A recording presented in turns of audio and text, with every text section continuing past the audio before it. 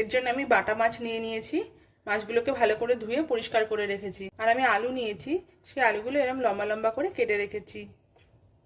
কিছুটা বিউলির ডালের বড়িও নিয়ে নিয়েছি। মশলার মধ্যে আমার লাগছে 1 চামচ আদা বাটা, 1 চামচ জিরের গুঁড়ো, 1 চামচ লঙ্কার গুঁড়ো, বড় সাইজের টমেটো কুচি করে নিয়েছি, জিরে আর শুকনো লঙ্কা ফোড়নের জন্য নিয়েছি, স্বাদ মতন লবণ আর হলুদ। মাছটাকে আমি ভালো করে লবণ আর হলুদ মাখিয়ে নেব।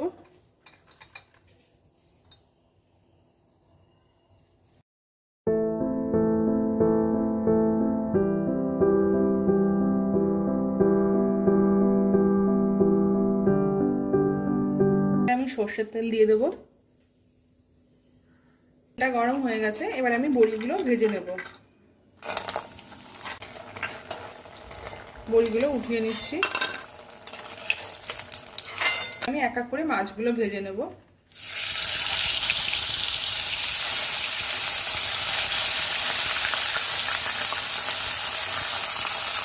মাছগুলো ভালো করে উল্টে পাল্টে ভেজে নেব।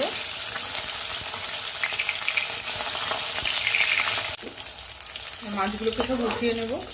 ভালো করে ভাজা হয়ে গেছে।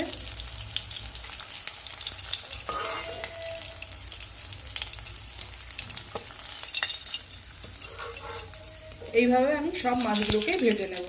এরপর আমি মাছ ভাজার তেলে 2টো শুকনো লঙ্কা ও গোটা জিরেটা ফোড়ন দিয়ে নেব। ফোড়নটা ভাজা হয়ে গেছে, এর মধ্যে আমি কেটে রাখা আলুর টুকরোগুলো দিয়ে দেব। আলুগুলো বেশ ভালো করে ভাজতে হবে।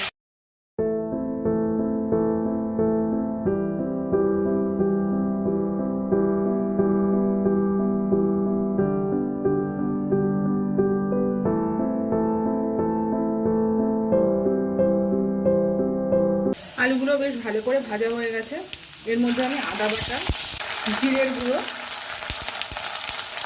লঙ্কা গুঁড়ো, স্বাদ মতন লবণ, মশলাটা আমি ভালো করে কষিয়ে নেব। মশলা কষানোর সময় আমি সামান্য জল দিয়ে নেব, তাতে মশলাটা পুড়ে যাবে না। মশলাটা প্রায় কষানো হয়ে গেছে, এর মধ্যে আমি টমেটো কুচিগুলো দিয়ে দেবো। আরও ভালো করে একবার কষিয়ে নেব।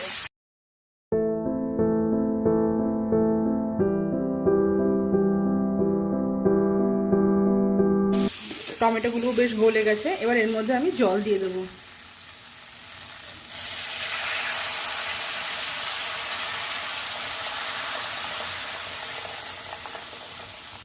এবার আমি ঢাকা দিয়ে 5 থেকে 7 মিনিট এটাকে রেখে দেবো।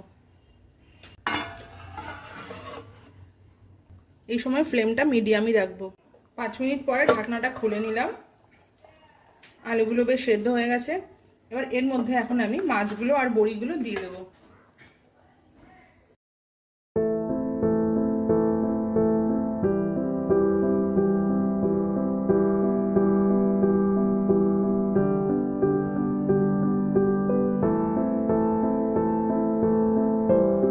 এবার ভালো করে ঝোলের মধ্যে মিক্স করে নিয়ে 2 মিনিট ফোটাবো, তাহলেই প্রিপারেশনটা রেডি হয়ে যাবে।